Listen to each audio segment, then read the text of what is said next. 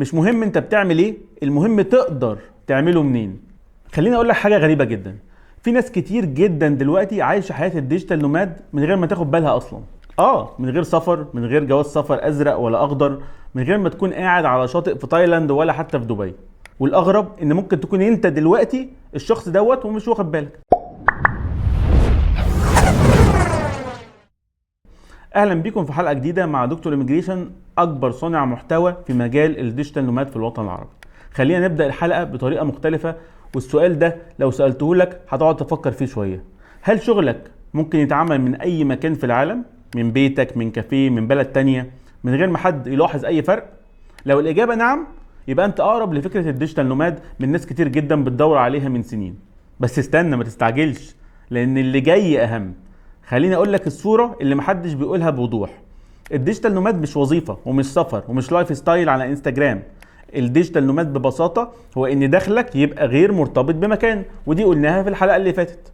بس خليني ادخل شويه اعمق في بعض التفاصيل. الفريلانس اللي بيبيع وقته مقابل فلوس، والريموت اللي شغال عند شركه بس من البيت او اونلاين، والبيزنس اونر اللي عنده نظام بيشتغل من غيره. طب والكرييتور اللي بيبني دخل من محتوى او من جمهور. وفي النص بينهم في ناس بدأت تتحول وناس لسه ما تحولتش. بس المفاجأة الحقيقية ان اي واحد من الاربعة دول ممكن يبقى ديجيتال نوماد، او يكون عكسه تماما. مش النوع هو المهم ازاي شغلك متنظم، ازاي شغلك متصمم. طيب خليني اوقفك هنا اللحظة. اسمع الجملة دي كويس. مش مهم انت بتعمل ايه، المهم تقدر تعمله منين. لو شغلك مربوط بمكان يبقى انت لسه في النظام القديم. لو شغلك مربوط بالانترنت يبقى انت داخل على النظام الجديد، وهو نظام الديجيتال نوماد. طيب خلينا اديك اختبار سريع جدا. جاوب في دماغك. هل لو سافرت بلد تانية بكرة هتقدر تشتغل عادي؟ هل لو قفلت مكتبك هتكمل شغل عادي؟ هل لو ما رحتش الشركة لمدة اسبوع هل حد هيلاحظ؟ لو الاجابة بدأت تميل لايوه، يبقى انت مش بعيد خالص عن مجال الديجيتال نوماد.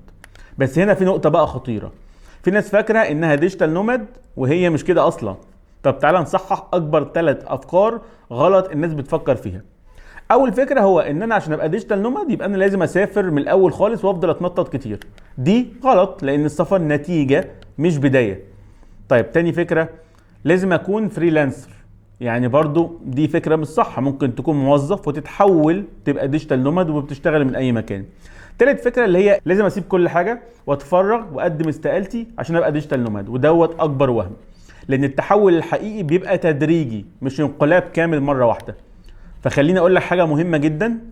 اللي بيمنع اغلب الناس مش الفلوس ولا المهارات، اللي بيمنعهم هو تصميم الشغل نفسه. يعني ايه الكلام يا عم الدكتور؟ يعني ممكن تكون بتكسب كويس جدا، بس شغلك مربوط بمكتب، مربوط بدولة، مربوط بوقت ثابت، وفي نفس الوقت انت مش قادر تتحرك. فالديجيتال نوماد منك يقدر يتحرك بحرية في اي مكان في العالم. طب مين فيهم اقرب للحرية؟ مين فيهم اقرب لقلبك؟ طيب دلوقتي هديك زي ميرور تيست سريع. مش محتاج ورقة ولا محتاج قلم، انا محتاجك بس انت تركز معايا. تخيل انك بكرة صحيت من النوم وقلت انا عايز اعيش في بلد تانية لمدة 3 شهور. اسأل نفسك السؤال ده. قول، هل دخلي هيتأثر لو انا رحت بلد تانية قعدت 3 شهور؟ هل شغلي هيقف؟ هل عملائي هيختفوا؟ لو الإجابة لا، يبقى انت داخل على